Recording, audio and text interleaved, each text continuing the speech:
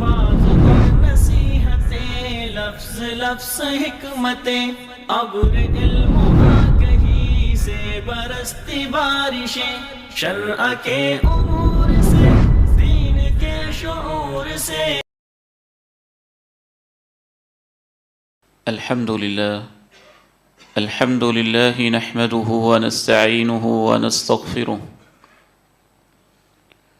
ونعوذ بالله من شرور أنفسنا ومن سيئات أعمالنا. أشهد أن لا إله إلا الله وحده لا شريك له، وأشهد أن محمدًا عبده ورسوله صلى الله عليه وعلى آله وصحبه وسلم. اللهم صل على محمد وعلى آل محمد كما صليت على إبراهيم وعلى آل إبراهيم إنك حميد مجيد. اللهم بارك على محمد وعلى آل محمد كما باركت على إبراهيم وعلى آل إبراهيم إنك حميد مجيد. رب اشرح لي صدري ويسر لي أمري واحلل عقدة من لساني يفقه قولي.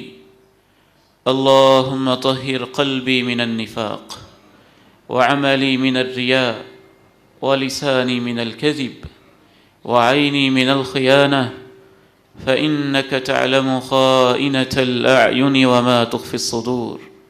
سبحانك لا علم لنا إلا ما علمتنا إنك أنت العليم الحكيم.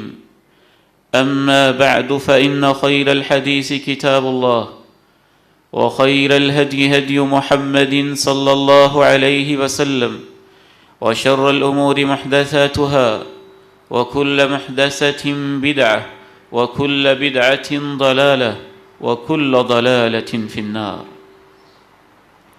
أعوذ بالله السميع العليم من الشيطان الرجيم، من همزه ونفخه ونفثه. من المؤمنين رجال صدقوا ما عاهدوا الله عليه، فمنهم من قضى نحبه ومنهم من ينتظر. وقال سبحانه وتعالى: أوفوا بعهدي أوف بعهدكم. انتہائی قابل احترام سفید ریش بزرگوں، بہت ہی عزت کے لائق زندہ و پائندہ دل میرے نوجوان بھائیوں اور عزیزوں، وفاداری ایک عظیم کوالٹی ہے. الوفا، اس کی تعریف علماء نے یوں کی ہے: ملازمت طریق المواسات، محبت اور تعلق کے راستے کی پابندی کرنا اور ہمیشہ اس پہ قائم رہنا.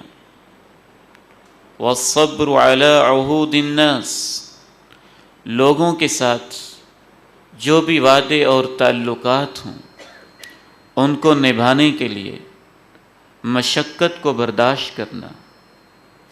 اور تیسری بات یہاں تک لکھا کہ جس قدر آپ کسی تعلق کو نبھانے کے لیے مشقت زیادہ برداشت کرتے جائیں گے، آپ کی وفاداری کے اندر اضافہ ہوتا جائے گا. آپ کے ذہن میں بھی یہ سوال آتا ہوگا، اور میں بھی یہ بہت سوچتا رہا، کہ پوری دنیا کی ساری اقوام موجود تھیں، اس کے باوجود اللہ تعالیٰ نے قرآن کو نازل کرنے کے لیے اور دین اسلام کا مرکز و محور اور سینٹرل پوائنٹ بنانے کے لیے عرب لوگوں کا انتخاب کیوں کیا؟ ہم نے یہی سنا ہے بالعموم کہ عرب لوگوں میں زنا کی عادت تھی، چوری کی عادت تھی، شراب کی عادت تھی، ڈاکہ زنی کی عادت تھی، شراب نوشی تھی، یہ مسائل تھے، وہ مسائل تھے. بہت ساری کمزوریاں ان کے اندر موجود تھیں، لیکن بہت ساری خوبیاں بھی ان کے اندر موجود تھیں۔ ان میں سے ایک خوبی یہ تھی کہ عرب لوگ جس کے ساتھ تعلق قائم کر لیتے تھے پھر نبھاتے تھے، اور جو زبان کر لیتے تھے اس پہ پکے رہتے تھے، اور جو وعدہ کر لیتے تھے اس کو وفا کرتے تھے۔ اسلام سے پہلے جو بہت ساری خوبیاں ان کے اندر موجود تھیں، مورخین نے، سیرت نگاروں نے 10-12 خوبیوں میں ان کا خلاصہ نکالا ہے۔ ان میں سے ایک خوبی یہ بھی تھی، اس حوالے سے ایسے عجیب و غریب واقعات ہیں کہ آج کے دور میں ہم سوچ بھی نہیں سکتے۔ ان ساری خوبیوں کو دیکھتے ہوئے رب تعالی نے عرب لوگوں کو دین اسلام کے لیے منتخب کیا۔ منذر بن عدی، منذر بن نعمان ایک بادشاہ تھا، اور اس نے ایک عجیب کام کیا۔ کہنے لگا کہ ایک میرا دن ہوگا یوم بؤس اور ایک دن ہوگا یوم نعیم۔ جس دن یوم بؤس ہوگا، مصیبت اور سختی کا دن، جو بھی مجھے ملے گا میں اس کو مار ڈالوں گا۔ اور جس دن میرا دن، یہ عرب کلچر ہے، عرب تاریخ ہے، کوئی قرآن حدیث کی بات نہیں، اور عرب شاعری کے اندر اس کے دلائل موجود ہیں۔ اور ایک میرا دن ہوگا یوم نعیم، جس دن جو مجھے ملے گا میں اس کو انعامات سے نوازوں گا۔ اتفاق ایسا ہوا کہ اس کا یوم بؤس تھا، باہر نکلا، راستے میں طائی سے ملاقات ہوئی۔ طائی ایک غریب شخص تھا، حالات بدلے، غربت نے ڈیرے ڈالے، گھر کے اندر فاقوں کی نوبت آئی، بچے کھانے کے نوالوں کو ترسنے لگے۔ رزق کی تلاش میں وہ اس کے علاقے میں پہنچا، اور اس نے دیکھا، اسے بھی اندازہ ہوا کہ آج تو یوم بؤس ہے، یہ مجھے قتل کر ڈالے گا۔ اس نے کہا آپ مجھے قتل کر دینا، میں اس کی کوئی مخالفت نہیں کرتا، آپ بادشاہ ہیں اور میرا آپ کے سامنے کوئی چارہ بھی نہیں چلتا، مضطر، مجبور و مقہور ہوں، صرف ایک میری درخواست ہے، میری معصوم بیٹیاں اور میرے بچے اور میرے اہل و عیال، میں صرف ان تک پیغام پہنچانا چاہتا ہوں کہ میری زندگی کا آخری دن ہے، اور کسی کی ذمہ داری تو لگاؤں کہ میرے مرنے کے بعد میرے بچوں کا تم خیال رکھنا۔ کہنے لگا چلے میں تمہاری یہ بات مان لیتا ہوں، لیکن یہ ضامن کون بنے گا کہ تم واقعتاً واپس آ جاؤ گے؟ جس علاقے سے تم گئے ہو، جہاں تم جا کے یہ پیغام دو گے، کیا وہاں سے واپس بھی آ جاؤ گے؟ یہ عرب ہسٹری آپ کے سامنے بیان کر رہا ہوں کہ اسلام کے آنے سے پہلے بھی ان کے اندر وفاداری کا تصور اور تعلق نبھانے کا تصور بہت احسن انداز میں پایا جاتا تھا۔ کہنے لگا کہ میں آ جاؤں گا۔ ضامن نگاہ دوڑائی، بادشاہ کا ایک ساتھی اور دوست شریک ابن عدی بیٹھا ہوا تھا۔ کہنے لگا آپ ہی ضمانت دے دیں، دیکھیں میرے بچوں کا مسئلہ ہے، بچیوں کا مسئلہ ہے، اہل و عیال کا مسئلہ ہے، میری جان تو جاتی ہے جائے، میں ان کی کوئی مینجمنٹ انتظام تو کر رہا ہوں۔ شریک ابن عدی نے کہا میں اس کی ضمانت دیتا ہوں۔ بادشاہ نے کہا دیکھو اگر تم ضمانت دیتے ہو اور یہ شخص واپس نہ آیا تو اس کی جگہ تیری گردن کٹ جائے گی۔ کہنے لگا کوئی بات نہیں، میں ضمانت دیتا ہوں۔ ضمانت دی، واپس چلا گیا پیغام دینے کے لیے۔ 1 گھنٹہ، 2 گھنٹے، 3 گھنٹے، 4 گھنٹے گزرے۔ شریک نے یہ کہا تھا اور طائی نے بھی یہ کہا تھا کہ سورج کے غروب ہونے سے پہلے پہلے میں واپس آ جاؤں گا۔ بادشاہ نے کہا شریک جس کی تم نے ضمانت دی تھی ابھی تک واپس نہیں آیا، تیار ہو جاؤ۔ کہنے لگا بادشاہ سلامت، جناب منذر ابن نعمان، ضمانت کے اندر یہ شک شامل تھی،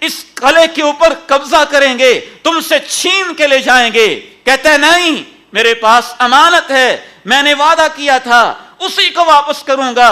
دنیا کی کوئی طاقت میری لاش کے اوپر سے تو گزر کے جا سکتی ہے، میں اسے واپس نہیں کر سکتا ہوں۔ میں حیران رہ جاتا ہوں، عرب تاریخ کو پڑھ کے اس بادشاہ کے ہاتھ سمول کا بیٹا آ جاتا ہے، اسے پکڑ لیتا ہے اور اپنے کارندوں کو کہتا ہے کہ اس سے کہو اگر تم نیزے، تلواریں اور زریں واپس نہیں کرو گے تو تمہارا بیٹا، اس کی لاش تمہارے پاس پہنچ جائے گی، یہ ہمارے پاس موجود ہے، اس کو ذبح کریں گے اور اس کی لاش تیرے پاس پہنچے گی۔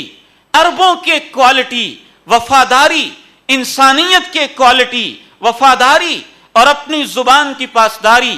وہ کہتا ہے ٹھیک ہے بیٹا تو ذبح ہو سکتا ہے، لیکن جو میں نے کسی کے ساتھ معاہدہ کیا ہوا ہے سمول اسے توڑ نہیں سکتا ہے۔ بیٹی کی گردن پہ چھری چل جاتی ہے، وہ اس کو برداشت کر لیتا ہے۔ پھر جب حج کا موسم آتا ہے اور وہ شخص جس نے اس کے ساتھ معاہدہ کیا تھا وہ واپس آتا ہے حج کے موقع پہ، تو یہ اس کو اپنی زریں واپس کرتا ہے، اور عرب تاریخ کے اندر یہ ضرب المثل بن جاتی ہے، اور آج بھی عربی لغت کی سب کتابوں کے اندر یہ ضرب المثل اور محاورہ لکھا ہوا ہے، اوفا من السمول، اس کی تو کیا بات ہے، یہ تو سمول سے زیادہ وفادار انسان ہے۔ یہ عرب روایت تھی، یہ عرب کلچر تھا۔ رب تعالیٰ نے اس اچھی روایت کو پسند کیا، صرف پسند ہی نہیں کیا، وفاداری تو ایک ایسی چیز ہے، بات کو نبھانا، وعدے پہ پورا اترنا، یہ تو ایک ایسی ویلیو اور ایسی قدر ہے۔ لا يسأل عما يفعل وهم يسألون، رب تعالیٰ سے کوئی پوچھنے والا نہیں تو نے اپنی باتوں کو پورا کیوں نہ کیا، لیکن اللہ کہتے ہیں ومن اوفى بعهده من اللہ، مجھ سے زیادہ وفادار کوئی نہیں ہے۔ اللہ اپنے آپ کو کہتے ہیں کہ سب سے زیادہ وفا کرنے والا میں ہوں، میں اپنے وعدوں کو سب سے زیادہ پورا کرتا ہوں۔ ان اللہ اشترى من المؤمنین انفسهم واموالهم بان لهم الجنہ یقاتلون فی سبیل اللہ فیقتلون ویقتلون وعدا علیہ حقا فی التوراۃ والانجیل والقرآن، اللہ نے مومنوں سے ایک سودا طے کر لیا ہے، یہ اپنے مال اور اپنی جانیں دے دیں اور میں اس کے بدلے میں ان کو جنتوں سے نواز دوں گا۔ پھر اللہ کہتے ہیں مجھ سے زیادہ وعدے کو کون پورا کرے گا؟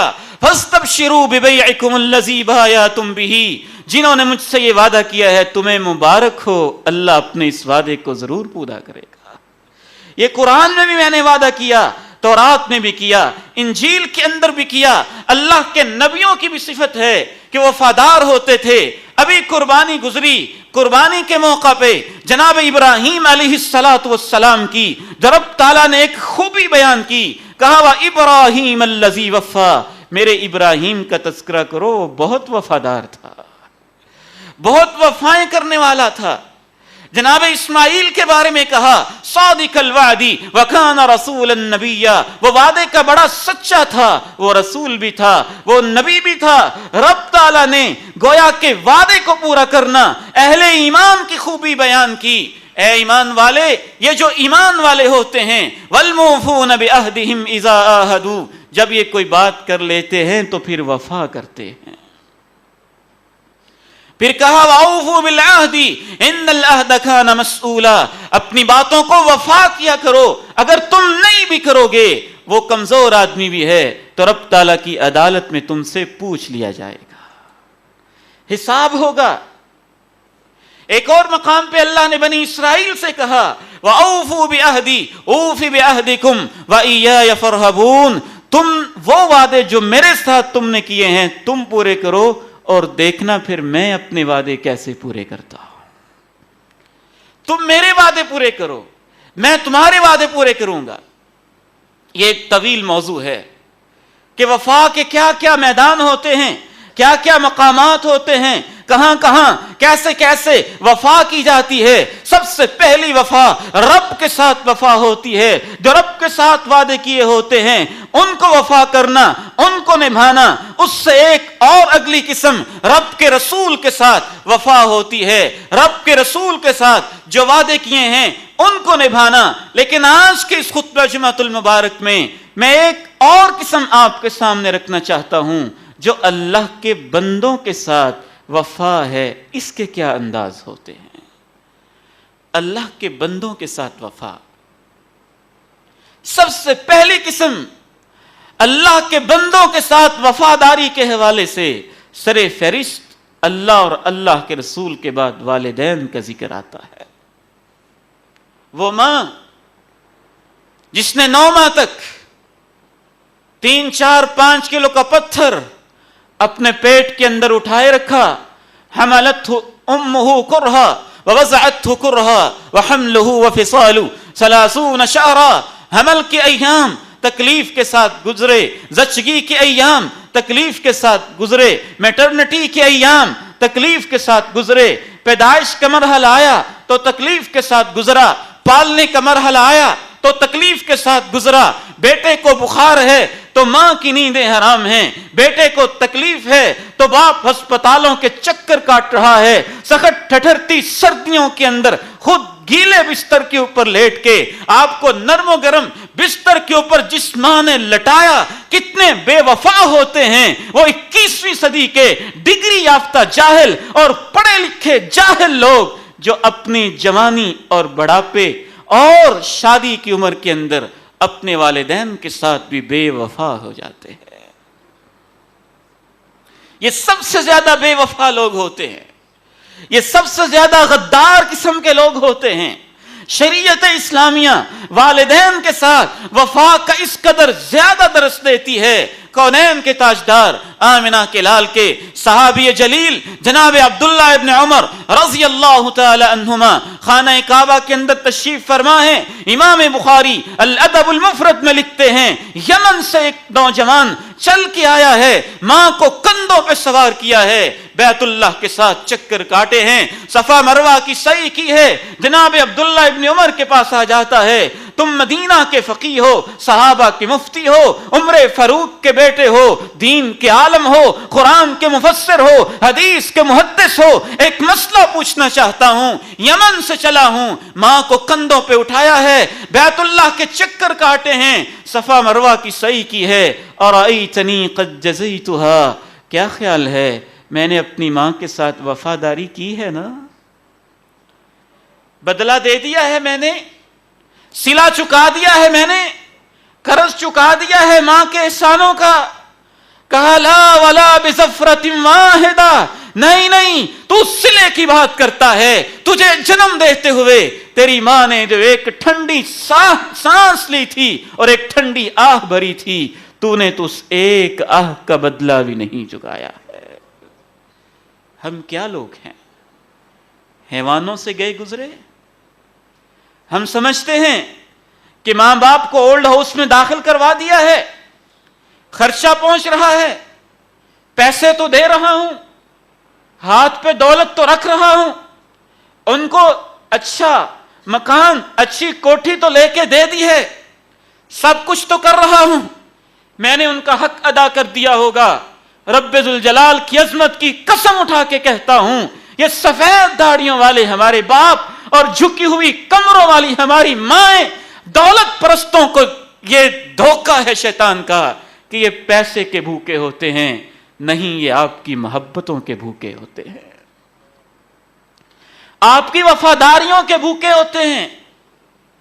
والد مکرم خوب یاد آتے ہیں، کبھی کبھی تبلیغی پروگرامز میں مصروفیت، دائیں بائیں کے سفر، دعوت کے کام، اللہ کا احسان ہے، بچپن سے عادت ہی نہیں تھی وقت کو ضائع کرنے کی، والدین نے تربیت ہی ایسے کی، کبھی 1-2 دن ایسے گزر جاتے جب والدین کی زیارت نہ ہوئی تو ابا جی مجھے پاس بٹھا کے کہتے، بیٹا میرے پاس بیٹھا کرو، تم پاس بیٹھتے ہو تو میری بیماری ختم ہو جاتی ہے۔ والدین کے ساتھ وفاداری، صرف اتنی ہی وفاداری نہیں، شریعت تو اس قدر ہمیں وفادار بنانا چاہتی ہے کہ ان کے مرنے کے بعد بھی وفاداری، خالاؤں کے ساتھ وفاداری، چچاؤں کے ساتھ وفاداری، والدین کے رشتہ داروں کے ساتھ وفاداری، والدین کے دوستوں کے ساتھ وفاداری، والدین کے تعلق والوں کے ساتھ وفاداری. یہی جناب ابن عمر رضی اللہ تعالی عنہما راستے میں جا رہے ہیں، ایک دیہاتی بابے سے ملاقات ہوتی ہے اور اپنی سواری سے نیچے اتر کے سر کی پگڑی اس کو تھما دیتے ہیں. کہتے ہیں یہ سواری تمہاری ہو گئی. عرب لوگ حیران ہوتے ہیں، صحابہ پاس کھڑے سوال کرتے ہیں، اے جناب ابن عمر اتنا پروٹوکول کس لیے؟ یہ تو سادہ دیہاتی بابا جی ہیں، تھوڑی سی بھی آوارام کی خدمت کرتے یہ خوش ہو جاتے، بغلیں بجاتے. کہا ماجرا یہ نہیں ہے، انہو کان صدیقا لابی، اس کو دیکھ کے مجھے اپنا باپ یاد آ رہا تھا، یہ میرے والد کا دوست تھا،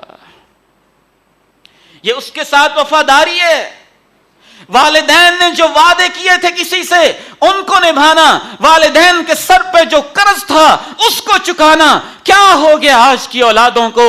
دیکھ دیکھ کے حیران ہوتے ہیں. کتنے ہی ایسے موقع دیکھے، جنازہ پڑھایا اور ایک بیٹے نے اعلان کیا میرے والد کے سر پہ جو قرض ہے میں اس کو چکاتا ہوں. ابھی اس کے قبر کی مٹی خشک نہیں ہوئی تھی، ساری چیک بک تو قبضے میں کر لی، سارے حساب کتاب تو کلیئر کر لیے، سارے بینک بیلنس کو معلوم تو کر لیا، اور والد کی گردن کے اوپر جو لوگوں کے قرض کا بوجھ تھا اس کو چکانے کی فرصت ہی نہیں. شریعت تو یہ کہتی ہے جب تک قرض ادا نہیں ہوتا میت کی وراثت تقسیم کرنا جائز نہیں ہوتی ہے. وہ وراثت بنتی نہیں، وہ تو اس کے معاملات ہیں، اس کے سر پہ قرض ہے. جب تک وہ ادا نہیں ہوتا وہ اس کا مال ہی نہیں. جب اس کا مال ہی نہیں تو اس کو تقسیم کرنے کا سوال کہاں سے پیدا ہوتا ہے؟ اور پھر لوگ آ کے بتاتے ہیں عبید الرحمن محسن بھائی آپ نے اعلان کیا تھا نا، اور آپ کے سامنے فلاں شخص نے کہا تھا، اس کے بیٹے نے کہا تھا، بیٹوں نے کہا تھا، ہم ذمہ داری اٹھاتے ہیں. اب ان کے پاس لینے گئے ہیں تو وہ کہتے ہیں قبر پڑی ہے کھول کے جا کے لے لو، ہم کہاں سے دیں؟ وہ گیا، اس کی دولت گئی. یہ کیسی وفاداری ہے؟ حتیٰ کہ والدین نے جو رب کے ساتھ وعدے کیے ہوئے تھے ان کو نبھانا یہ بھی وفاداری کے اندر آتا ہے. ایک خاتون آتی ہے کونین کے تاجدار آمنہ کے لال کے پاس، عرض کرتی ہے میری والدہ فوت ہو گئی ہے، حج اس کے اوپر فرض تھا وہ کر نہیں سکی ہے، اگر موقع ملتا تو وہ حج کرتی، اگر میں اس کی طرف سے حج کر دوں تو کیا خیال ہے، کیا میں کر سکتی ہوں؟ کونین کے تاجدار آمنہ کے لال نے ارشاد فرمایا اگر تمہاری والدہ پہ کسی کا قرض ہوتا تو اس کو چکاتے؟ جی ضرور. فدین اللہ احق ان یقضى، اس نے نظر مانی ہوئی تھی نا. جب آپ کسی چیز کی نظر مان لیتے ہیں وہ رب سے وعدہ ہو جاتا ہے. والدین نے منت مانی تھی، اولاد جانتی بھی ہے کہ منت مانی تھی اور اس منت کو پورا نہیں کر سکے، رب سے وعدہ کیا تھا میرے والدین پورا نہیں کر سکے، وراثت تقسیم کرنے کا شوق تو ہے تو ان کے وعدے بھی وفا کرو نا، ان کی نظریں بھی تو پوری کرو. آمنہ کے لال نے پوچھا اگر اس کے اوپر کسی کا قرض ہوتا تو تم ادا کرتے؟ جی کرتے. تو جب اس نے منت مانی تو اللہ کے دین کا قرض اس کے سر پہ آ گیا. فدین اللہ احق بالوفاء، اللہ کا قرض تو لوگوں سے زیادہ حق رکھتا ہے کہ اس کو چکایا جائے. یہ رب کا قرض ہے، یہ اس کی مانی ہوئی منت ہے، تم اس کو ادا کرو نا، پورا کرو. والدین کے ساتھ وفا، والدین کے بعد رشتہ داروں کے ساتھ وفا. کیا ہو گیا ہمیں اور کس دور کے اندر، کیسے ماحول کے اندر ہم جی رہے ہیں؟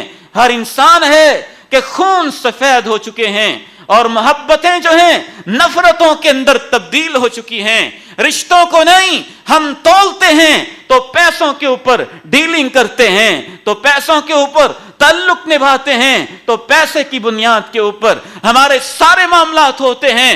تو دولت دولت دولت بس اسی کے اوپر ہمارا جینا، اسی کے اوپر ہمارا مرنا ہے، اس کی خاطر رشتہ دار ذبح ہوتے ہیں تو ہو جائیں، تعلق ٹوٹتے ہیں تو ٹوٹ جائیں، وہ بہنیں اور وہ بھائی بچپن میں جنہوں نے پالا اور سنبھالا تھا وہ علیحدہ ہوتے ہیں تو ہو جائیں، بچھڑتے ہیں تو بچھڑ جائیں، دولت یہ مجھ سے علیحدہ نہیں ہونی چاہیے۔ کونین کے تاجدار آمنہ کے لال علیہ السلام، صحیح بخاری میں آتا ہے ایک سفر میں ہیں، حضرت جابر ساتھ ہیں، سفر کے اندر بھی آمنہ کے لال کے اندازوں پہ قربان جائیے، کیسی محبت کرتے ہیں اپنے ماننے والوں سے۔ جابر کے پاس پہنچ جاتے ہیں، کہتے ہیں جابر ما شأنو کا، سارے آگے تم اتنے پیچھے کیوں رہ گئے ہو؟ کہنے لگا یہ جو میری سواری ہے نا، انہو قد اعیا، اس نے تو مجھے تھکا کے رکھ دیا ہے، بہت آہستہ آہستہ یہ گھوڑا چلتا ہے، میں تو اس سے بہت بیزار ہوں، اس نے مجھے تھکا کے رکھ دیا ہے۔ آمنہ کے لال اپنی سواری سے نیچے اترتے ہیں، یحجنہ بمحجنہ، آپ کے دست مبارک میں ایک عصا ہے جو آگے سے مڑا ہوا ہے، سٹک ہے جو آگے سے مڑی ہوئی ہے، اس کے ساتھ تھوڑی سی اس کو یوں چوٹ لگاتے ہیں، پیار اور محبت کے ساتھ جانور کو ضرب لگاتے ہیں۔ جناب جابر کہتے ہیں اس کے بعد میں سوار ہوتا ہوں، اتنا دوڑتا ہے افکہ ان رسول اللہ، کہ اللہ کے نبی کی سواری سے بھی آگے بڑھنے لگ جاتا ہے، حتیٰ کہ میں اس کی لگامیں کھینچ کے پیچھے رکھتا ہوں کہ آمنہ کے لال سے پیچھے پیچھے چلیں، لیکن وہ اس سٹک کی برکت سے جو آمنہ کے لال نے لگائی تھی آگے آگے بڑھنے لگتا ہے۔ پھر آپ مجھ سے باتیں کرنے لگتے ہیں، کہتے ہیں جابر، اور جابر سے یہ محبت بھی کس لیے ہے کہ جابر کے باپ اللہ کے پیغمبر کے ساتھ میدان جہاد کے ایک معرکے میں شہید ہو گئے تھے۔ یہ شہید کے بیٹے سے وفاداری ہے نا، تعلق کو یاد رکھنے والی بات ہے کہ اس نے دین کے لیے قربانیاں دیں اور وہ دنیا سے رخصت ہو گیا، اب اس کی اولاد کا خیال نہ رکھا جائے، اور ہم اس دور کے اندر جیتے ہیں۔ یاد رکھیے نام لینا مناسب نہیں ہے، ایک بہت بڑی دینی جماعت کے ایک بہت بڑے قائد تھے، بہت بڑے امیر تھے، دنیا سے رخصت ہو گئے، بہت بڑے عالم تھے، اور ان کی اولاد کا جو حشر ہوا، تاریخ یہ بتاتی ہے کہ جب لوگ راشن لینے کے لیے اس جماعت کے کیمپ میں لائنوں میں کھڑے ہوئے تھے اور وہ پوچھ رہے تھے تم کون ہو، تم کون ہو، تم کون ہو، تو اس میں ایک عورت نے کہا تھا میں تمہارے امیر کی بیوہ ہوں، میں بھی لائن میں لگی کھڑی ہوں۔ ہم تو اتنے تعلق نبھانے والے ہیں، ہم تو اس انداز کے ساتھ تعلق نبھاتے ہیں۔ کونین کے تاجدار آمنہ کے لال صحیح بخاری کی اس حدیث میں اپنے پیارے جابر سے پوچھتے ہیں سناؤ پھر گھر کے کیا حال احوال ہیں، شادی کر لی ہے تم نے، نکاح ہو گیا ہے؟ جی نکاح ہو گیا ہے۔ اچھا شادی کر لی ہے تو کنواری عورت کے ساتھ کی ہے یا کسی بیوہ اور شوہر دیدہ کے ساتھ کی ہے؟ ابکرن ام سیبا، جناب جابر کہتے ہیں کہ میں نے ایک شوہر دیدہ جس نے پہلے بھی شادی کی ہوئی تھی، کسی وجہ سے اب وہ یا بیوہ تھی یا مطلقہ تھی یا کوئی بھی مسئلہ تھا، میں نے بڑی عمر کی عورت کے ساتھ شادی کی ہے۔ اللہ کے پیغمبر پوچھتے ہیں فَهَلَّا بِكْرَ وَفِي لَفْظٍ هَلَّا جَارِيَةً تُلَاعِبُهَا وَتُلَاعِبُكَ، تم نے چھوٹی عمر کی کسی عورت کے ساتھ، خاتون کے ساتھ شادی کیوں نہیں کی ہے؟ تم جوان ہوتے، وہ بھی جوان ہوتی، آپس میں محبت کرتے، پیار محبت کی اور انداز کی کہانی ہوتی، بڑی عمر کی عورت کے ساتھ تم نے شادی کیوں کی ہے؟ حضرت جابر رضی اللہ تعالی عنہ وفاداری کیا ہوتی ہے فرماتے ہیں میرے والد محترم شہید ہو گئے تھے اور میری چھوٹی چھوٹی بہنیں گھر کے اندر ہیں، چھوٹی چھوٹی بہنیں ہیں، میں ان کا ذمہ دار ہوں۔ اگر میں چھوٹی عمر کی کسی عورت سے شادی کرتا تو وہ میری بہنوں کا خیال نہ رکھ پاتی، میں نے اس لیے بڑی عمر کی عورت کے ساتھ شادی کی ہے کہ چلیں جابر قربانی دے دے رب کی رضا کے لیے، اپنی بہنوں کی خاطر کے لیے، اپنے فیوچر اور مستقبل کے لیے۔ اگر میری حصے میں اس لحاظ سے انجوائمنٹ نہیں بھی ہے سو میں اس کی قربانی دیتا ہوں۔ بڑی عمر کی عورت ہے، یہ میری بہنوں کی کنگھی کرے گی، خیال رکھے گی، کپڑے دھوئے گی، یہ ان کے لیے ماں کا کام کیا کرے گی۔ یہ صحیح بخاری کی حدیث ہے، مسند احمد میں اللہ کے پیغمبر علیہ السلام جب حضرت جابر رضی اللہ تعالی عنہ سے یہ بات سنتے ہیں تو کہتے ہیں نعم نعم ما فکرتا، اے جابر تو نے جو سوچا ہے بہت اچھا سوچا ہے، تو نے جو سوچا ہے بہت اچھا سوچا ہے۔ اور آج ہم اپنی بہنوں کے ساتھ کیا کرتے ہیں؟ کسی بھائی کو گوارا نہیں ہے کہ باپ کی وراثت میں سے حصہ لے جائیں، کسی بھائی کو برداشت نہیں ہے کہ میرے پاس پلازے بھی آ جائیں، کوٹھیاں بھی آ جائیں، کروڑوں کی جائیداد بھی آ جائیں، مربع اور ایکڑ بھی آ جائیں، اور میری بہن کو 1 کنال 10 مرلے کا مکان مل جائے۔ یہ کیسے ہو سکتا ہے؟ اچھا تم نے جائیداد کا مطالبہ کیا ہے، آج کے بعد میرا دروازہ بند ہے، مت آنا میرے گھر۔ تم نے مجھ سے اپنے باپ کی جائیداد کا مطالبہ کیوں کیا ہے؟ جی معاف کر دیا ہے انہوں نے، کر ہی دیتی ہیں بیچاری معاف، کر ہی دیتی ہیں معاف۔ یہ تو اللہ کی عدالت میں فیصلے ہوں گے نا۔ معاف کیا تھا کہ تم نے مجبور کیا تھا اور معاشرے نے جبر کیا تھا، پتا تھا کہ حصہ لے لیا تو بھائیوں کے دروازے بند ہو جائیں گے۔ بہنیں تو بہنیں ہی ہوتی ہیں، انہوں نے کہا جائیداد چھوڑ دیتی ہیں، بھائی کو رکھ لیتی ہیں۔ معاف نہیں کیا تھا، وہ مجبور ہو گئی تھیں۔ یہ تمہاری کہانیاں ہیں کہ معاف کیا تھا۔ معاف کیا تھا تب پتا چلے گا جب آپ وراثت ان کے نام پہ لگوا دیں، انتقال پورے کروا دیں، ان کے ہاتھ میں تھما دیں، اور اس کے بعد اپنی مرضی سے وہ آپ کے نام پہ انتقال کروائیں تو پتا چل جائے گا کہ معاف کیا ہے۔ جب تم نے دیا ہی نہیں، جب تم قبضے جما کے بیٹھ گئے اور اس کو کہانیاں سنانے لگے، ایسے عجیب اور کمینہ صفت انسان اس دور کے اندر پائے جاتے ہیں۔ ادھر بھانجے کھڑے ہیں وراثت لینی ہے، ادھر ماموں کھڑے ہیں ہم نہیں دیں گے۔ ایک صاحب، میں ان کو ذاتی طور پہ جانتا ہوں، مجھے کہنے لگے عبید بھائی آپ پتہ نہیں کیسے کیسے جمعہ پڑھاتے ہیں، لیکن یہ لوگ تو ٹس سے مس نہیں ہوتے۔ میں نے کہا کیا ہوا؟ کہنے لگے وہ جو صف اول کے کچھ آپ کے نمازی ہیں، کچھ آپ کے دوست احباب ملنے والے ہیں، جاننے والے ہیں، ان کا یہ حال ہے۔ باپ بوڑھا گھر کے اندر پڑا ہوا تھا، بیٹیوں کو خدمت کی فکر تھی، باپ بے ہوشی کے عالم میں تھا، اور وہ پٹواری کو لے کے آئے ہیں اور بے ہوشی کے عالم میں زمین کے اوپر باپ کے انگوٹھے لگوا دیے کہ میں نے اپنے بیٹوں کو دے دیا ہے۔ کیسا ظلم، کیسا استحصال! اگر باپ صرف بیٹوں کو دے کے چلا بھی گیا ہے اور بیٹیوں کو نہیں دیا ہے تو باپ کے ساتھ وفاداری کا تقاضا ہے، وہ ایک ظلم کر گیا ہے اور اس ظلم کو تم نے ختم کرنا ہے، باپ کے بوجھ کو ختم کرنا ہے۔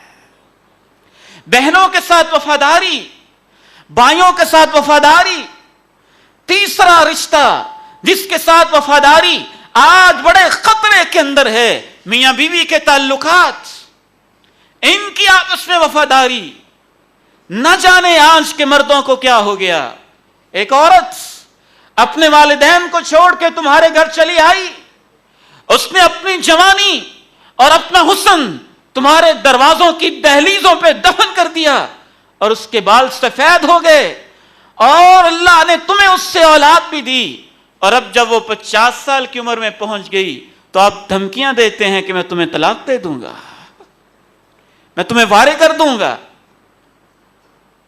اور دوسری طرف بیویوں کا یہ حال کہ وہ شوہر جس نے ساری زندگی دن رات کی محنت ایک کر کے کما کما کے کھلایا اور بچوں کو پالا، اور جانوروں کی طرح بیچارہ جدا رہا، دو ڈبل ٹرپل جاب اور ملازمتیں کرتا رہا۔ پہلے تو اس کی مانتی رہی، اور اب وہ ریٹائر ہو گیا یا کمزور ہو گیا یا بیمار ہو گیا، تو ایسی ظالم عورتیں بھی ہیں جو اپنی اولاد کے ساتھ مل کر جائیداد اپنے نام پہ کروا کے شوہر کو گھر سے دھکے دے کے باہر نکال دیتی ہیں.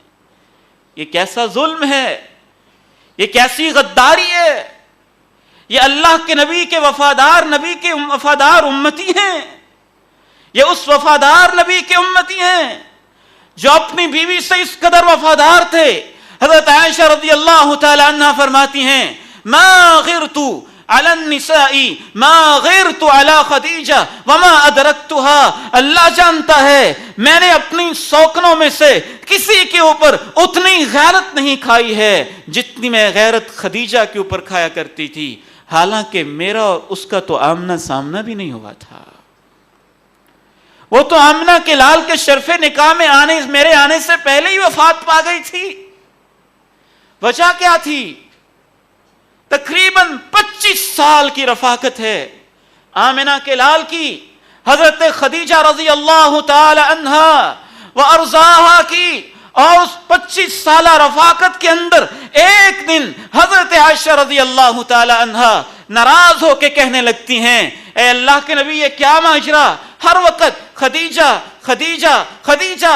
حضرت انس رضی اللہ تعالی عنہ فرماتے ہیں کہ گھر کے اندر بکری ذبح ہوتی تو اللہ کے پیغمبر کہتے یہ خدیجہ کی سہیلیوں کو بھی حصہ دے کے آنا ہے. اگر خدیجہ کی بہن حضرت حالہ بڑی عمر کی خاتون گھر میں تشریف لاتی تو ان کی آواز سن کے آپ کو خدیجہ یاد آ جاتی، حالانکہ وہ وفات پا چکی ہیں. ایک بوڑھی سی عورت آتی ہے اور اللہ کے پیغمبر اس کو پروٹوکول دے کے کیف حالکم کیف تیکم کیف کنتم بعدنا، کیا حال ہیں، کیسے ہیں آپ لوگ، کیسے حالات گزر رہے ہیں. پوچھنے والے پوچھتے ہیں اس بوڑھی عورت کو اتنا پروٹوکول کیوں دیا جا رہا ہے؟ کہا خدیجہ کی زندگی کے وقت سے ہی اس کا ہمارے گھر آنا جانا ہے، پرانے تعلق ہیں، اس لیے اس بوڑھی عورت کو خاص پروٹوکول دے رہا ہوں. عائشہ رضی اللہ تعالی عنہا غصے میں آ کے کہتی ہیں اے آمنہ کے لال یہ کیا ماجرا ہے؟ وہ بوڑھی عورت سرخ باچھوں والی جس کے منہ میں دانت نہ تھے جا چکی، اور آپ کو اللہ نے اس کے بعد نوجوان بیوی دی، اور اس کے باوجود آپ اس کا تذکرہ کرتے ہیں. کونین کے تاجدار آمنہ کے لال علیہ السلام کا چہرہ مبارک بدل جاتا ہے، رنگ فق ہو جاتا ہے. کہ عائشہ تم نہیں جانتی جب لوگ میرے اوپر پتھر برساتے تھے عائشہ خدیجہ اس وقت بھی میرے اوپر چادر ڈالا کرتی تھی. عائشہ جب میرے پاس کچھ نہ تھا خدیجہ نے اپنا سارا مال میرے اوپر نچھاور کیا تھا. وَرَزَقَنِي مِنْهَا الْوَلَدْ، اور واحد خدیجہ ہی سے اللہ نے مجھے بیٹیوں کی نعمت سے نوازا ہے، اولاد کی نعمت سے نوازا ہے. میرے محترم بھائیوں اور بزرگوں، میاں بیوی کی آپس میں وفاداری یہ بھی شریعت کا ایک تقاضا ہے. وقت اجازت نہیں دے رہا وگرنہ وفاداری کے تذکرے کریں. اور آمنہ کے لال کی وفاداری آخری 5 منٹ کے اندر ایک پیغام دیتا ہوں، شاید مجھے اور آپ کو سمجھ آ جائے وفاداری کیا ہوتی ہے. ہم تو اس پیغمبر کے ماننے والے ہیں جو کافروں کے ساتھ بھی وفاداری کرنے والے تھے. کافروں کے ساتھ، کفار کے ساتھ وفاداری. حضرت حذیفہ بن یمان صحیح مسلم میں بیان فرماتے ہیں، صحیح بخاری میں بھی یہ حدیث موجود، کہتے ہیں کہ میں غزوہ بدر میں شریک ہونا چاہتا تھا. کفر و اسلام کا پہلا معرکہ جس کے قرآن کے اندر تذکرے اور صحابہ کا شوق شہادت جو ہم سوچ نہیں سکتے، میدانوں کے اندر جن کو میدانوں کے اندر جنت کی خوشبوئیں آیا کرتی تھیں. کہتے لیکن میں غزوہ بدر میں شریک نہ ہو سکا. میں غزوہ بدر میں شریک نہ ہو سکا، صرف ایک وجہ تھی، میں اور میرا باپ حسین ہم دونوں جا رہے تھے کہ ہمیں کافروں نے پکڑ لیا، مشرکوں نے پکڑ لیا. جب انہوں نے پکڑ لیا تو کہا دیکھو تم مدینہ جا رہے ہو اور اللہ کے نبی کا جا کے وہاں ساتھ دو گے. ہم نے کہا ہم مدینہ جا رہے ہیں اور ہم کچھ نہیں جانتے, ہم مدینہ جا رہے ہیں, ہمیں چھوڑ دیں. کہنے لگے ایک شرط پہ چھوڑتے ہیں, ایک وعدہ دو تو چھوڑتے ہیں. وہ وعدہ یہ ہے کہ ٹھیک ہے تم مدینے چلے جاؤ, لیکن اللہ کے نبی علیہ الصلوۃ والسلام کے خلاف اگر ہم نے جنگ کی تو اس کے اندر تم نے شریک نہیں ہونا ہے. غزوہ بدر کا میدان سج چکا ہے, کونین کے تاجدار آمنہ کے لال علیہ الصلوۃ والسلام مدینہ منورہ میں موجود ہیں. حضرت حذیفہ رضی اللہ تعالی عنہ آ کے عرض کرتے ہیں, اے اللہ کے نبی, شوق شہادت کے لیے دل تو مچلتا ہے آپ کے ساتھ جائیں, تلواروں کے سائے میں اس فضیلت کو حاصل کریں, لیکن کیا کریں, ایک وعدہ یاد آتا ہے, مشرکوں نے ہمیں چھوڑا تھا, ہمارے اوپر احسان کیا تھا, نیکی کی تھی, ہم نے مجبور ہو کے یہ وعدہ کیا تھا, اس کا کیا کیا جائے. فرمایا حذیفہ میں وفادار نبی ہوں, تم جا کے اپنے وعدے کو پورا کرو, ہم اللہ سے مدد مانگیں گے. جاؤ اپنے وعدے کو نبھا لو. اٹھائیے صحیح بخاری اور مسلم, مشرکوں کے ساتھ بھی وفا کی تو کیسی وفا. مدینہ منورہ آئے ہوئے 6 سال گزر چکے ہیں, مکہ مکرمہ کے لیے تڑپتے ہیں, بیت اللہ کے طواف کے لیے دل مچلتے ہیں, حجر اسود کے بوسوں کے لیے اداسیاں ہو چکی ہیں, اور آمنہ کے لال اداس ہیں, بیت اللہ کا حج کرنا چاہتے ہیں, طرح طرح کی رکاوٹیں راستے کے اندر پیش آ رہی ہیں. پہلا, دوسرا, تیسرا, چوتھا, 5واں سال گزر چکا ہے, 6 اور 7ویں سال میں پروگرام تشکیل پاتا ہے, حدیبیہ تک پہنچتے ہیں. مشرکین مکہ کو بھی پتہ چل جاتا ہے, ادھر سے وہ ارادہ کرتے ہیں نہیں ان کو آنے دیں گے. ادھر سے اللہ کے پیغمبر بے تاب و بے چین, صحابہ ساتھ کہ بیت اللہ کا ہم نے بیت اللہ کی زیارت کرنی ہے اور عمرہ کرنا ہے, اور ادھر سے وہ روکے ہوئے. اللہ کے نبی علیہ الصلوۃ والسلام ایک بات کرتے ہیں, وہ بھی ایک کافر کے سامنے. اگر مشرکین مکہ کسی بھی ایسے, والذی نفسی بیدہ لو دعونی الی خطۃ یعظم فیہا حرمات اللہ, اللہ کی قسم ہے اگر وہ مجھے کسی بھی ایسی آؤٹ لائن خاکے اور معاہدے کے اوپر جمع کریں جس معاہدے میں اللہ کے گھر کی عظمت اور شان و شوکت پہ آنچ نہ آئے, تو میں ان کے ساتھ معاہدہ کر لوں گا. بات ان تک پہنچ جاتی ہے, وہ اپنے نمائندے سہیل کو بھیجتے, اور یہ کہانیاں نہیں ہیں, صحیح بخاری کی حدیث ہے. سہیل کو بھیجتے ہیں کہ جاؤ ان کے ساتھ معاہدہ کر لو. لکھنے لگتے ہیں تو معاہدے کی تحریر میں اللہ کے پیغمبر لکھوا رہے ہیں, کہتے ہیں لکھو بسم اللہ الرحمن الرحیم ھذا ما قاض علیہ محمد الرسول اللہ, اللہ کے نام سے جو رحمان ہے رحیم ہے, یہ وہ معاہدہ ہے جو اللہ کا پیغمبر مکہ کے لوگوں سے کر رہا ہے. سہیل ٹوک دیتا ہے, بار بار ٹوکتا ہے, اس بات پہ ٹوکتا ہے رحمان کیا ہوتا ہے ہم نہیں جانتے, ہم تو دور جاہلیت میں لکھتے تھے بسمک اللہم, یہی لکھو. اللہ کے پیغمبر کہتے ہیں چلو ایسے لکھ دو. اگلی بات نے بھی ٹھوکا, محمد الرسول اللہ کیوں لکھا ہے؟ اگر ہم آپ کو اللہ کا رسول مانتے ہوتے تو یہ مسئلہ ہی کیوں بنتا, یہ کاٹ دو اور لکھو محمد ابن عبداللہ, عبداللہ کا بیٹا محمد معاہدہ کر رہا ہے صلی اللہ علیہ وعلی آلہ وصحبہ وسلم. آپ فرماتے ہیں اللہ جانتا ہے کہ میں اللہ کا سچا رسول ہوں, تم نہ بھی مانو تو میں سچا رسول ہوں. وہ کہتا ہے جو بھی ہے یہ لکھا نہیں جا سکتا معاہدے کے اندر. آپ فرماتے ہیں کاٹ دو اور لکھ دو عبداللہ کا بیٹا محمد معاہدہ کر رہا ہے. اب معاہدہ لکھنے لگے تو ایک شک یہ بھی آئی کہ جو شخص بھی مکہ سے چل کے آئے گا, ہمارے پڑوس کو چھوڑ کے آئے گا, مکہ کی تجارت کو چھوڑ کے آئے گا, ہمارے مفادات کو چھوڑ کے آئے گا اور مدینہ میں آپ کے پاس واپس آ جائے گا, آپ پابند ہوں گے کہ اس کو واپس مکہ بھیج دیں. ابھی یہ لکھا نہیں ہے, معاہدہ طے نہیں ہوا. حضرت ابو جندل رضی اللہ عنہ وارضاہ پاؤں کے اندر بیڑیاں ہیں، لہو لہان ہیں، خون کے فوارے پھوٹ رہے ہیں، اللہ کے پیغمبر کے سامنے آ کے گر جاتے ہیں، کہتے ہیں اللہ کے نبی، اے اللہ کے نبی دیکھیے مکہ والوں سے جان چھڑا کے آپ کی غلامی میں آ گیا ہوں۔ سہیل کہتا ہے یہی تو اب تمہارا امتحان ہے، معاہدے کے مطابق اسے واپس کرو، یہ آپ کے ساتھ نہیں رہے گا اور آپ کے ساتھ مدینہ نہیں جائے گا، یہ مکہ کا باشندہ ہے، مکہ میں رہے گا، آپ کے ساتھ نہیں جائے گا۔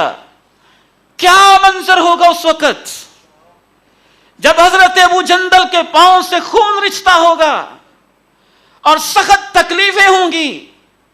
وہ پکار کے کہتے ہیں یا معاشر المسلمین، اے مسلمانوں دیکھو میرا کیا حال ہے، مجھے کیوں واپس بھیج رہے ہو؟ سہیل کہتے ہیں نہیں بات ہو گئی ہے۔ اللہ کے پیغمبر علیہ السلام فرماتے ہیں نہیں، ابھی ہم نے معاہدہ پورا لکھا ہی نہیں، ابھی معاہدہ پورا لکھا ہی نہیں، ابھی تو ہماری بات فائنل ہوئی ہی نہیں، اس کو تو واپس نہیں میں بھیجوں گا۔ وہ کہتے ہیں نہیں، اگر نہیں واپس بھیجو گے تو پھر ہم معاہدہ نہیں کریں گے۔ امام زہری لکھتے ہیں کہ یہ ساری شرطیں اللہ کے پیغمبر صرف اس لیے مان جاتے ہیں کہ وہ ان سے کہہ چکے تھے مجھے اللہ کی قسم ہے بیت اللہ کی عزت پہ آنچ نہ آئے، اس کے علاوہ تم جو بھی معاہدہ کرو گے میں تیار ہو جاؤں گا، اپنی اس بات کو نبھانے کے لیے۔ جناب عمر رضی اللہ تعالی عنہ جلال میں آ جاتے ہیں اللہ کے پیغمبر کے پاس، اے اللہ کے نبی کیا یہ سچا دین نہیں ہے؟ سچا دین ہے، ہمارا رب سچا نہیں ہے، سچا رب ہے، آپ سچے نہیں ہیں، میں بھی سچا رسول ہوں، پھر یہ کیا ہو رہا ہے؟ ہماری یہ اتنی تذلیل کیوں ہو رہی ہے؟ ان شرطوں پہ ہم معاہدہ کیوں کر رہے ہیں؟ آپ کہتے ہیں عمر خاموش ہو جاؤ، میں اللہ کا نبی ہوں، اپنی مرضی سے کچھ نہیں کرتا، اللہ ہماری ضرور مدد کرے گا۔ میرے محترم بھائی اور بزرگوں، آپ حضرت ابو جندل رضی اللہ تعالی عنہ کو واپس کر دیتے ہیں، صرف اس بات کو نبھانے کے لیے۔ حضرت ابو بصیر آئے، ان کو بھی واپس کر دیا کہ ان کفار کے ساتھ معاہدہ ہے۔ یہ تو ایک علیحدہ معاملہ ہے کہ اللہ کے پیغمبر تھے، جو کچھ کرتے تھے اللہ اس میں بہتری کے چانسز اور امکانات پیدا کر دیتے تھے۔ جناب ابو بصیر اور ابو جندل ایک سمندر کے ساحل پہ اکٹھے ہو گئے اور مکہ کے مشرکوں میں سے جو بھی مسلمان بھاگتا وہ ان کے پاس جمع ہو جاتا، ان کا ایک جتھا اکٹھا ہو گیا، پھر جو بھی کافر گزرتا اس کو مارنے لگ گئے اور مجبور ہو کے کہنے لگے اللہ کے نبی اس شک کو ختم کر دیا جائے۔ لیکن آپ نے تو اپنی بات کو نبھایا۔ آخری بات کر کے میں آپ سے اجازت چاہوں گا، دورے مکی کے اندر مطعم بن عدی اللہ کے پیغمبر کے ساتھ ایک نیکی کرتا ہے، کافر اور مشرک ہے۔ جب اللہ کے پیغمبر کو غزوہ بدر میں فتح نصیب ہو جاتی ہے اور مکہ کے قیدی سامنے آ جاتے ہیں اور ان کے بارے میں سخت فیصلے ہونے لگتے ہیں، تو اس وقت بھی آپ نے فرمایا مطعم نے مجھے پناہ دی تھی، اگر وہ زندہ ہوتا اور کہہ دیتا ان کو چھوڑ دو تو میں تم سب کو چھوڑ دیتا۔ اللہ تعالیٰ سے دعا ہے ہمیں وفادار انسانوں میں شامل فرمائے، رب کے ساتھ، رسول کے ساتھ، دین کے ساتھ، امت کے ساتھ، صحابہ کے ساتھ، قرآن کے ساتھ، والدین کے ساتھ، اعزاء و اقربا، بہنوں بھائیوں، دوست احباب کے ساتھ نیکی کے کاموں میں اللہ ہمیں وفا کرنے والا بنائے۔ وآخر دعوانا الحمدللہ رب العالمین۔